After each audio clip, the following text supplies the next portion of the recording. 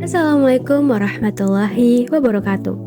Kami dari kelompok B1 akan menjelaskan tentang eklamsia pada ibu hamil dengan dosen pengampu Ibu Nidatul Khofiah. Berikut merupakan list anggota kelompok B1.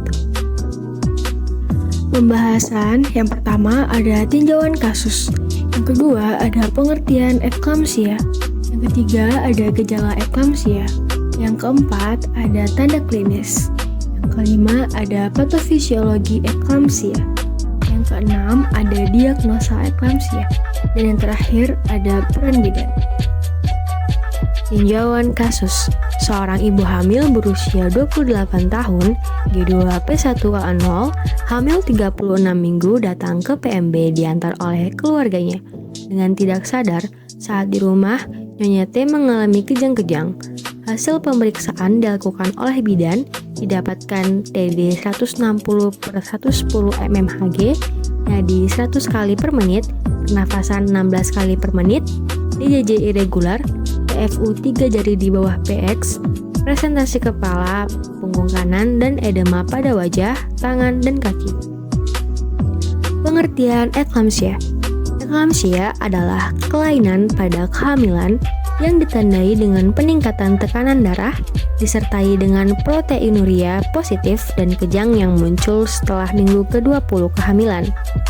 Suatu keadaan yang dimana terjadi serangan kejang tiba-tiba dan diikuti dengan penurunan kesadaran atau koma pada seorang wanita hamil, persalinan, atau masa nifas yang menunjukkan gejala preeklamsia sebelumnya. Tanda klinis eklamsia.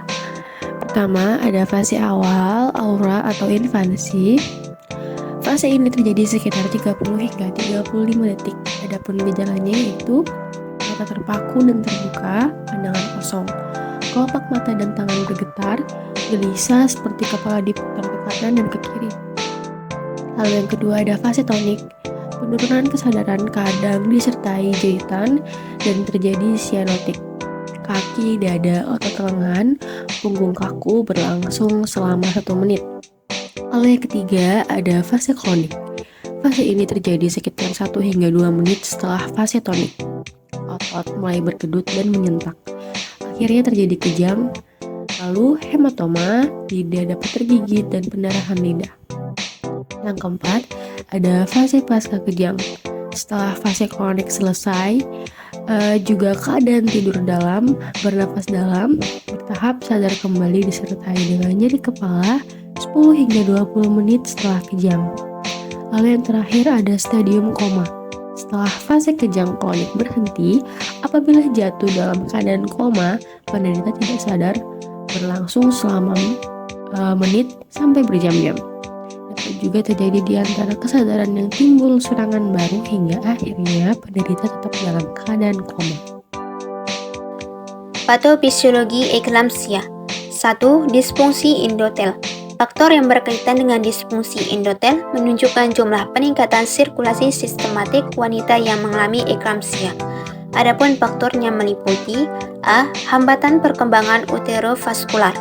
Adanya perubahan uterovaskular pada wanita hamil dapat dipercaya jika perubahan tersebut disebabkan oleh interaksi antara fetus dan ibu, hingga terjadinya perubahan vaskular lokal dan sistematik. B. Inhibisi regulasi perfusi cerebral.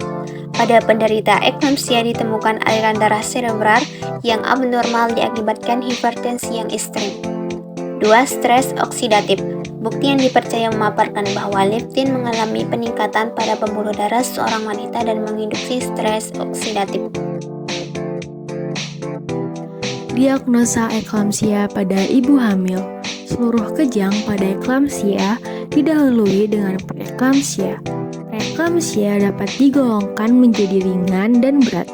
Penyakit ini dapat dikatakan berat bila ada salah satu atau lebih tanda berikut ini. 1. Oliguria, diuresis 400 ml atau kurang dari 24 jam.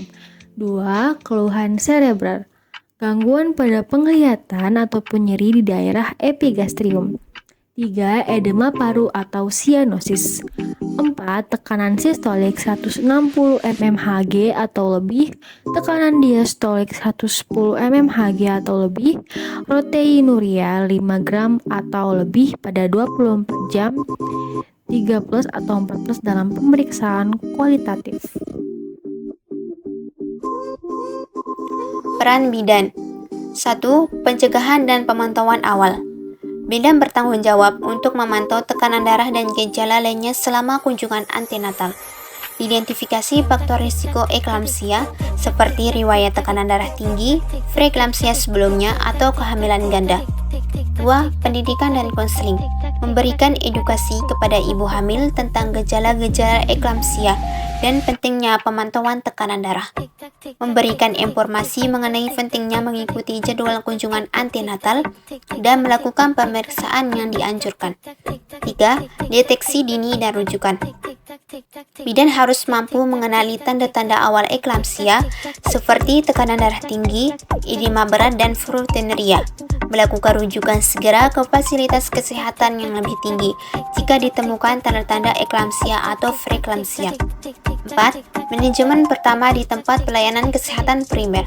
Bidan harus memiliki keterampilan untuk memberikan pertolongan pertama, seperti pemberian obat antihipertensi ringan sesuai protokol yang ditentukan, memantau tanda-tanda vital ibu secara teratur. 5. Kerjasama dengan tim kesehatan. Berkoordinasi dengan tim kesehatan lain seperti dokter, perawat, dan petugas kesehatan lainnya untuk memberikan perawatan yang holistik. Berkomunikasi efektif dalam tim untuk memastikan pemantauan dan perawatan yang adekuat. 6. Dukungan emosional. Memberikan dukungan emosional kepada ibu dan keluarga dalam menghadapi kondisi serius ini. Mendengarkan kekhawatiran dan memberikan informasi yang jelas mengenai kondisi dan proses perawatan. Berikut merupakan daftar pustaka. Sekian dari kami, mohon maaf apabila ada salah kata. Wassalamualaikum warahmatullahi wabarakatuh.